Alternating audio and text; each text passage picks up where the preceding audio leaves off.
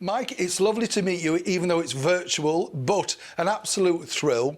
Now, first of all, introduce yourself and explain to the viewers who you are the son of and what we're going to be talking about today. Well, thank you, Neil. My name is Mike Martin, and I'm proud to say my father was George Martin, not the author of Game of Thrones or the Beatles producer, but he was very much a name in show business in the 1950s in particular. He was known as the casual comedian, George Martin. And he became quite a household name during that period. He had his own television show, lots of radio, lots of television appearances, and you know, a big star on Variety as well, touring the halls. Another genre that's sadly gone, of course. Absolutely. I've got to say, Matt, you wrote a lovely book about your father, which is nice, because it's the documentation's there then, isn't it, you know? Was it hard writing the book, you know? I mean, when you go back, because of course it's like my father, they tell you certain stories, but when you were looking, did you find things and think, well, I didn't know he did that, or, you know what I mean? Because it opens up all sorts, doesn't it? Very much so, yes. I did a lot of research, obviously, from what I knew myself, obviously growing up with him and as a child backstage in the variety theatres and things in the studios. But yeah, doing the research and speaking to old friends of his, yeah, quite a lot was revealed that I had no idea. It couldn't all go in the book. Yeah, I found out a lot about him I didn't realise. And, you know, it was very much a labour of love. Yeah. Obviously, only people of a certain age would remember him, because it doesn't take long to get forgotten, as you know. But, you know, I feel very proud that he did have his place in show business history and made his mark. Certainly did. And the Windmill Theatre, right, Mike, was the big sort of break for so many people. But your dad was taken on the same day by Vivian Van Damm as Arthur English, who I remember, of course, I can't remember the character's name, but he was in Are You Being Served as the cleaner, janitor, you know. That's right, Mr. Oof, yeah, it'll come to me in a minute, I know what you mean. It's just, I always can see him in that character. What were the memories that did you find out about your dad being in at the Windmill? Was it a happy time for him? Was it a big break for him? Yeah. Yes, I think it was a very happy time for anybody who worked at the Windmill, from what I can gather.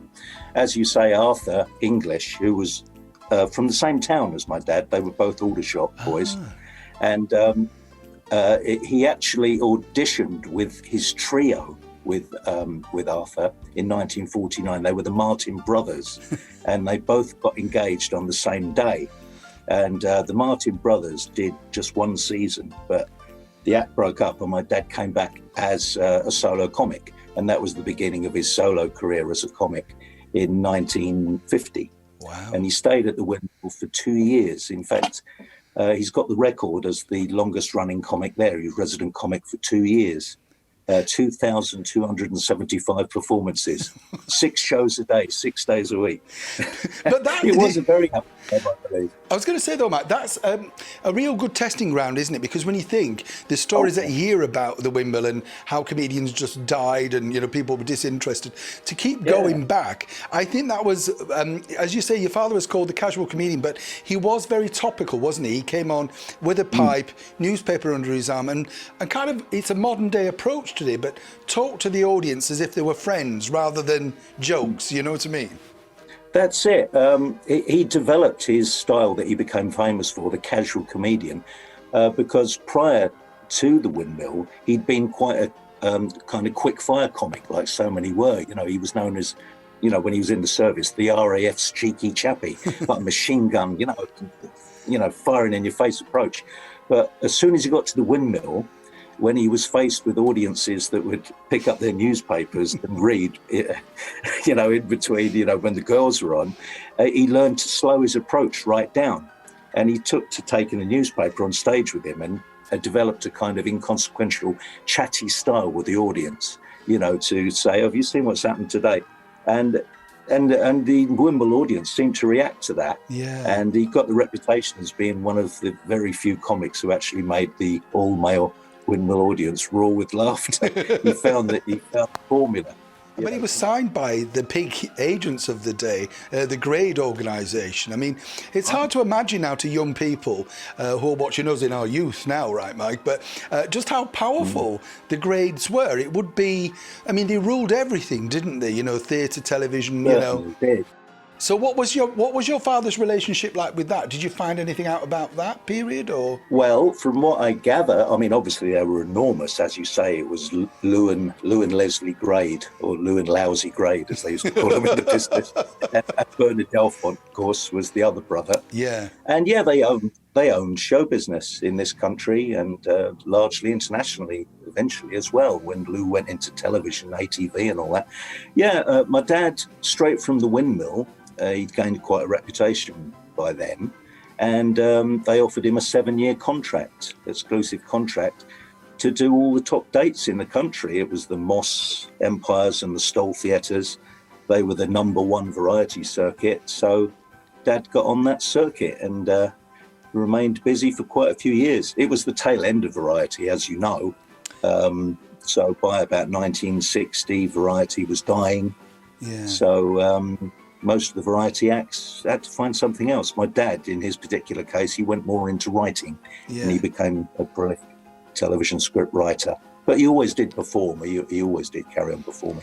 When did you realise, Mike, that your dad was famous? Was there a point, you know, like, I think there always is with children of entertainers, you know, my dad will be chatting to other comedians or something in Blackpool, and I'd think, come on, I want to go to the pleasure beach, or, you know, whatever, because you're not bothered about these people. You're a child, you don't care.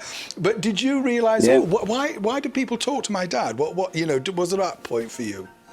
Yeah, well, for a start, he wasn't at home very much. I mean, you know what they were in variety days a week. I mean, my dad would usually be away for the whole week. He might come home on a Sunday quickly before he went off to do a charity show in the evening, or go to the Grand Order Waterhouse, which he joined in later times. I was aware he was appearing on television, and at school you'd get a lot of ribbon for that, and a punch in the ear roll occasionally as well, just because your dad was on television. I never understood that. And by the 1960s, of course, a much more famous George Martin became the Beatles producer. Yes. So I used to get more of that in the 60s. Oh, was your dad the Beatles producer? And I used to say, no, my dad's the George Martin. And your dad had a TV show as well, didn't he? He was one of the first to get a big ATV series. What was that like for him? Did he enjoy that period of you know, performing? Because that eats up a lot of material in a lot of ways in that period, doesn't it? Well, that's right. In actual fact, his first television series was not a great experience for him, as I explained in the book. Straight out of the Windmill, he got offered this BBC TV show, the George Martin Show, and they got it totally wrong for him, because he was the casual comedian with a very casual, laid-back style. And they tried to put him in sketches and things, you know, like eating soup on a train and things like that. And it just wasn't him. Yeah. And I actually found some of the old scripts, which he hadn't written. They were actually written by Talbot Rothwell, who went on to become one of the main script writers for the Carry On films. Wow. And my dad was not that sort of performer. Yeah. So it was a bit of a disaster, although they found the formula a bit better by the end of the series. But from that moment on, and this was late 1952, my dad decided that he was always going to write his own material. And that was the best move for him. And after that, television appearances were more successful. It's interesting you mentioned like Talbot Rothwell and people, because I think a lot of comedians at that time, I mean, it's a brave thing of your dad to write his own material and present that, because television was very powerful, as was radio, and they didn't really like you to be all-encompassing yourself, did they? They said, here's, you know, if you look at people like Eric and Ernie, they had writers, and, you know, Mike and Bernie had writers and stuff like that. Yeah. So for him to be that independent must have been a little bit of a shock for telly, I think, at that point.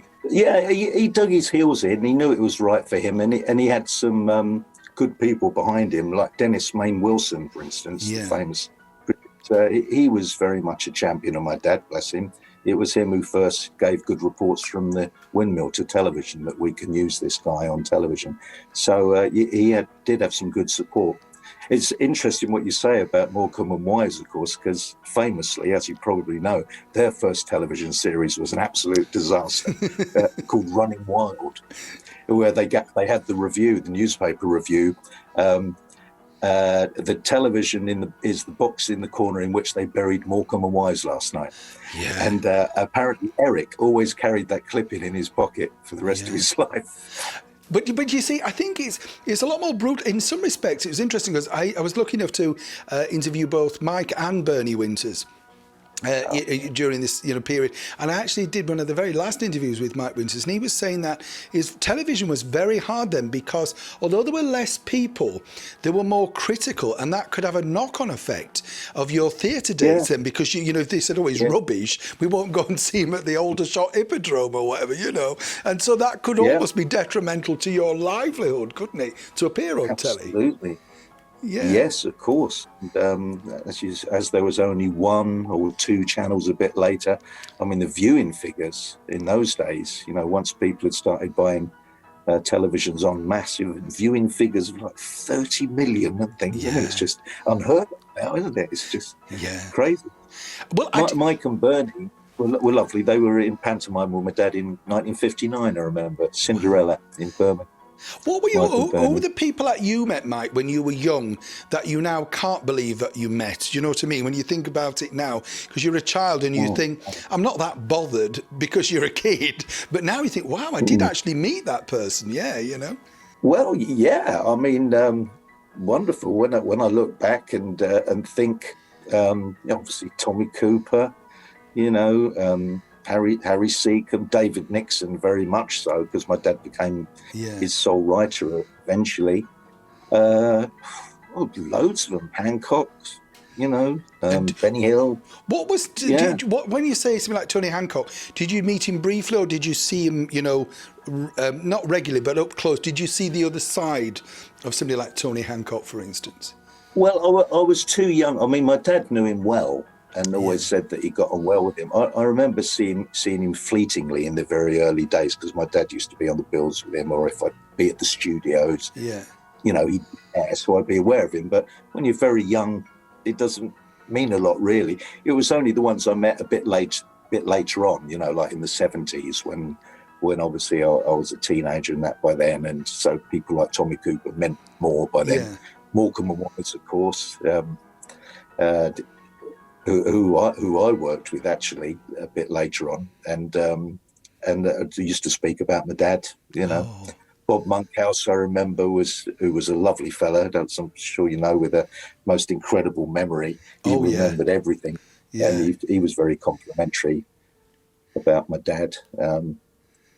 Used to say, I remember one of the last things that Monkhouse ever said to me was, I never understood why your dad didn't become a bigger name than he was.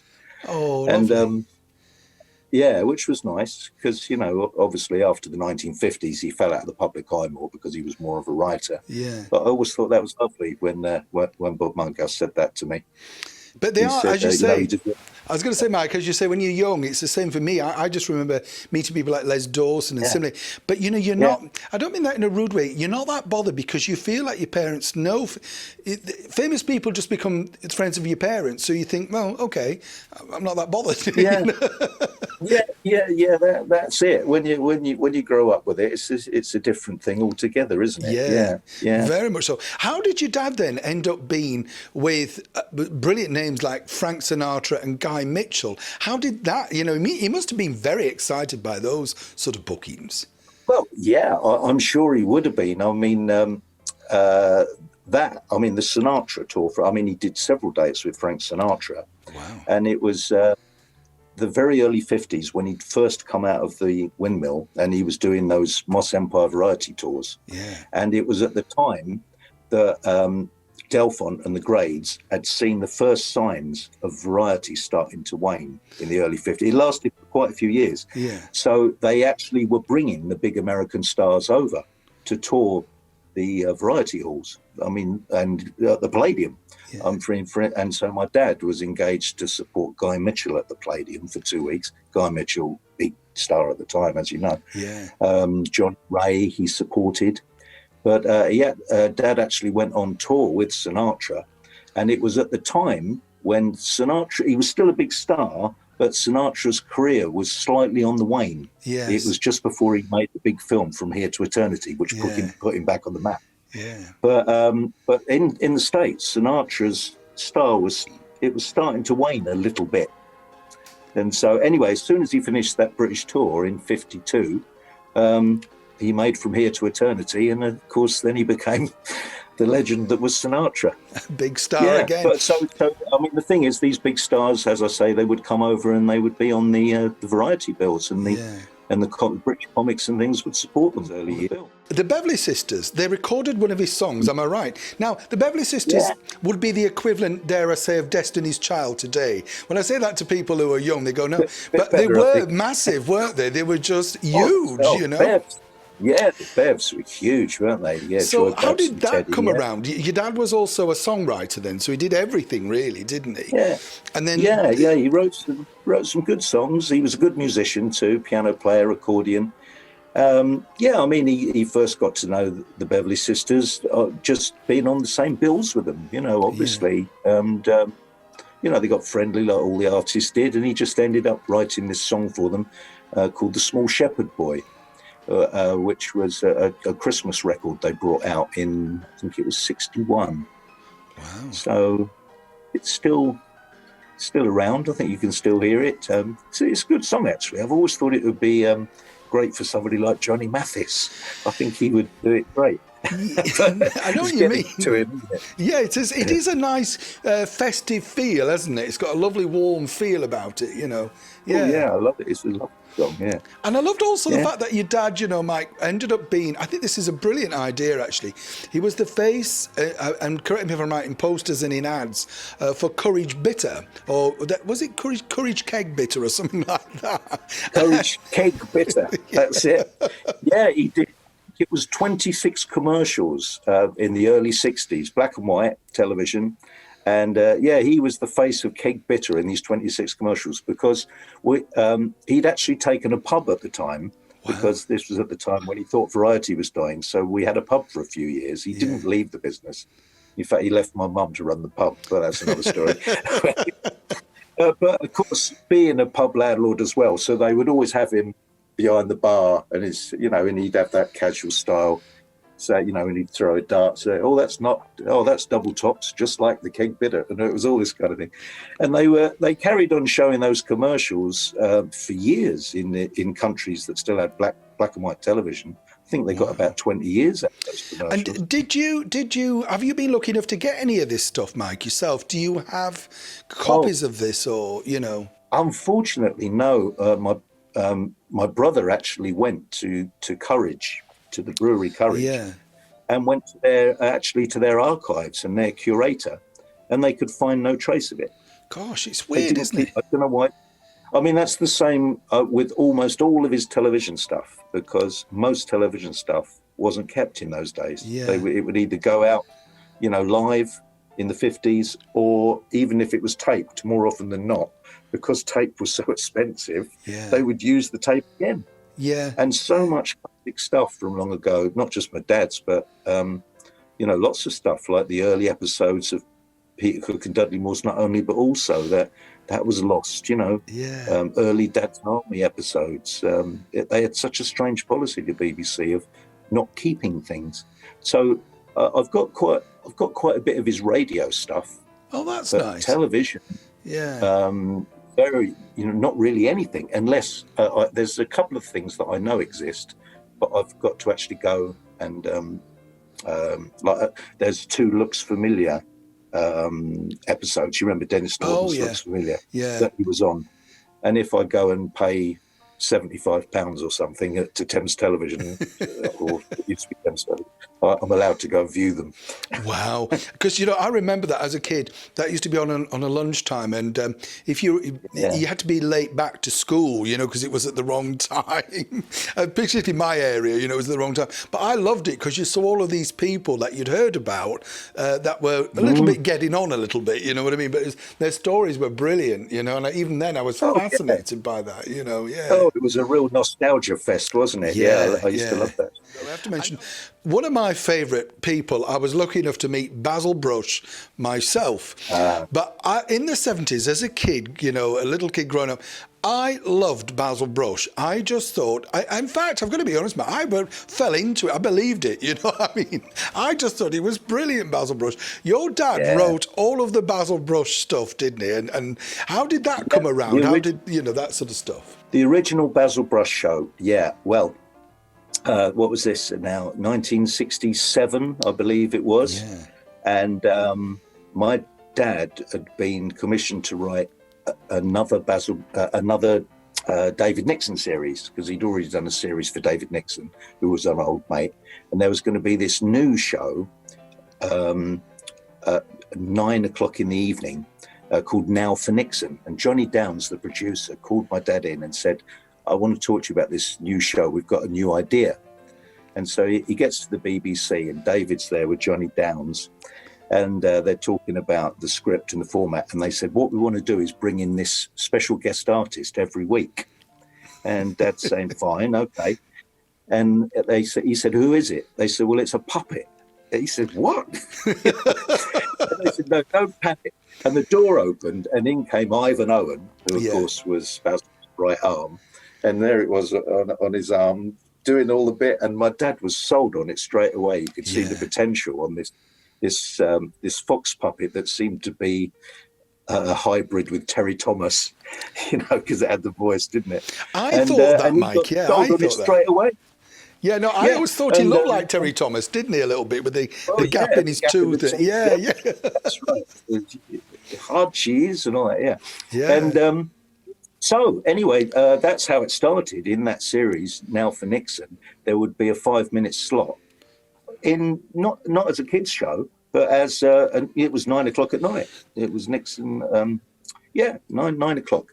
So it was actually topical stuff through the puppet. So it was an adult show really through Basil, and the formula worked. It really clicked. It was very charismatic. The chemistry between David and Basil was superb. Anyway, within a year, the BBC had offered Basil Brush his own series, which did get a kids slot. It was at 5 o'clock. But as you said earlier, Dad used to be able to put in all this stuff that wherein adults, you know, there's a huge fan base of adults. In fact, he even became the mascot of HMS Fox for the Royal Navy. He used to go and do shows for the Navy as Basil. It was amazing.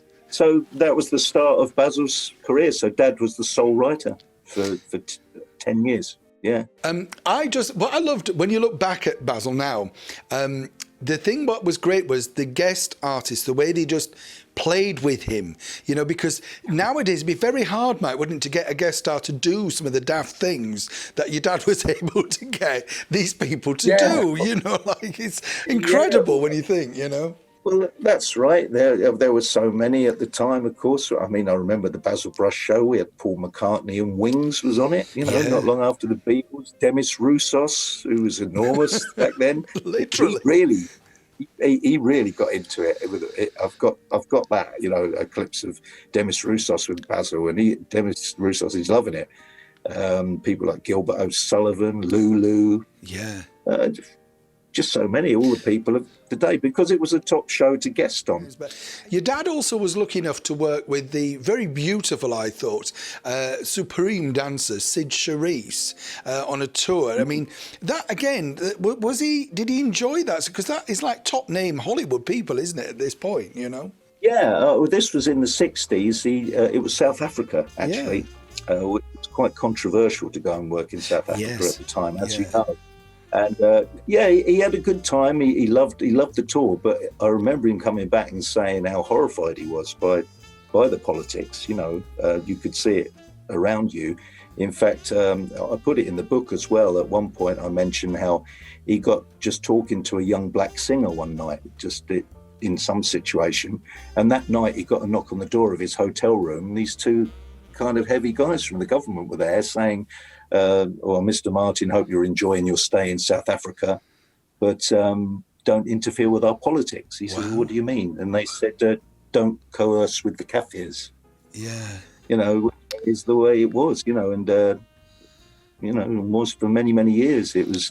It's weird, isn't it, to think back now? Yeah. In those days, it was paradise, but yeah. And also, can we touch on, because you had a very successful Radio 2 show, and one of the guests, correct me if I'm right, was one of my all-time favourite gangsters, George Raft. I mean, I could watch any George Raft film. I think he's just brilliant. But I don't know if you've noticed this, Mike.